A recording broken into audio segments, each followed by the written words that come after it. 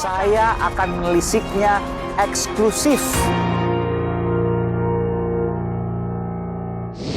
Dengan dugaan tindak pidana korupsi dan atau tindak pidana pencucian uang berkaitan dengan dugaan KKN relasi bisnis anak presiden.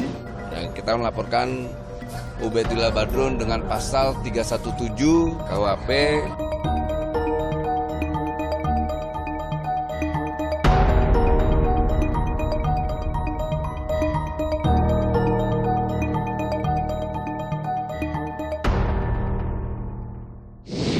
Saudara, saya mencoba untuk mengetahui apa yang kemudian terjadi dalam proses hukum ini. Saya mengundang seorang guru besar, pakar hukum dari Universitas Islam Indonesia, Profesor Muzakir. Prof. Muzakir, terima kasih. Sehat selalu.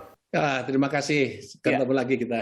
Ketemu lagi. Prof, apakah umum pelapor dilaporkan balik sebelum kasusnya diselidiki? Oh, tidak boleh. Artinya apa? Seorang yang melaporkan seseorang melakukan tindak pidana, dugaan melakukan tindak pidana, pastilah dia memiliki bukti awal yang cukup untuk disampaikan kepada aparat penegak hukum. Yeah. Melaporkan itu adalah perintah undang-undang. Gitu. Jadi kalau mengerti ada dugaan tindak pidana, dia memiliki kewajiban untuk melaporkan. Gitu, Oke, kalau kita bicara itu pelaporannya lengkap, buktinya akurat dan lain sebagainya. Kan bisa saja sebaliknya. Nah, begini, kan laporan itu harus ada namanya bukti awal, gitu ya. Ya. Kalau itu lengkap mungkin belum lah itu, karena namanya juga laporan, sepintas selalu didapat. Tapi paling tidak laporan itu disampaikan sudah ada bukti awal, ya, bukti awal saja. Minim dengan 2 alat bukti paling tidak itu yang sudah cukup. Nah, selebihnya ini tugasnya penyidik untuk mengumpulkan bukti-bukti itu. Oke. Tapi sebaliknya, kalau laporan dengan istilahnya bukti palsu, semuanya palsu dan tidak ada apa-apa melaporkan, ya itu namanya laporan yang tidak benar. Istilahnya adalah laporan palsu. Laporan palsu. Nah, gimana Laporan prosedurnya? Kalau ada orang melaporkan, saya sebutkan dalam kasus Ubaidillah Badrun versus Noel atau Immanuel Ebenezer. Ubaidillah Badrun, seorang aktivis, melaporkan dugaan korupsi dan lain sebagainya terkait dengan perusahaan anak presiden ke KPK. Lalu kemudian Immanuel Ebenezer melaporkan Ubaidillah Badrun kepada polisi karena dianggap melakukan fitnah. Yang mana kemudian harus dilakukan dan bagaimana polisi menindaklanjuti soal laporan ini? Jadi begini, kalau laporan Ubaidillah itu kepada KPK, KPK yang tanggung jawab itu fitnah atau tidak itu urusan KPK. Oke. Kalau belum dilanjuti sudah dilaporkan fitnah, menurut saya itu udah nggak benar. Maka saran saya kepada aparat penegak hukum polisi, jangan menindaklanjuti lebih dahulu. Tanyalah kepada KPK, biar KPK cukup untuk melakukan namanya penyelidikan terhadap laporan itu. Kalau belum selesai laporan penyelidikannya, jangan diapa-apakan itu. Jadi Ubaidillah ini adalah memperoleh jaminan perlindungan hukum. Karena dia punya kewajiban hukum untuk melaporkan dugaan terjadinya tindak pidana. Kalau dia laporkan, maka dia masih dalam posisi kebal hukum. Atau memperoleh jaminan perlindungan hukum. Oh, begitu. pelapor mempunyai kebal hukum? Benar, pelapor memiliki jaminan kekebalan hukum Di mana selama itu dia diatur? laporannya diatur di dalam undang-undang. Oke, undang-undang boleh ada sebutkan undang-undang apa itu?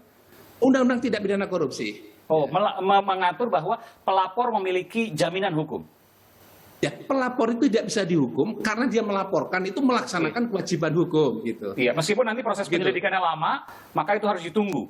Setelah ada keputusan dari KPK bahwa ini laporannya tidak benar, misalnya, maka kemudian ditolak oleh KPK, baru kemudian bisa dilaporkan kepada polisi bahwa ini adalah fitnah. Seperti itu? Bukan kata-kata tidak benar, palsu atau tidak palsu. Iya, iya. Jadi datanya mungkin direkayasa, lalu kemudian dibuat apapun yang kemudian sesuai dengan kehendaknya, yang bukan berdasarkan fakta, maka itu dikategorikan sebagai laporan palsu. Siap. Baru kemudian ketika KPK mengumumkan bahwa itu laporan palsu, baru bisa dilakukan proses penegakan hukum di kepolisian berupa fitnah. Iya. Kalau dia menyampaikan dokumen-dokumen hukum, dokumen diperiksa lebih dahulu gitu.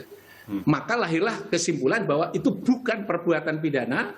Yang kedua adalah perbuatan pidana tapi tidaklah cukup, masih ada proses berikutnya, atau yang lain itu adalah palsu gitu. Oke. Jadi yang dua pertama tadi tidak bisa dituntut. Tidak bisa dituntut karena kecuali fakta yang ketiga awal ada. Faktanya sudah ada gitu. Iya.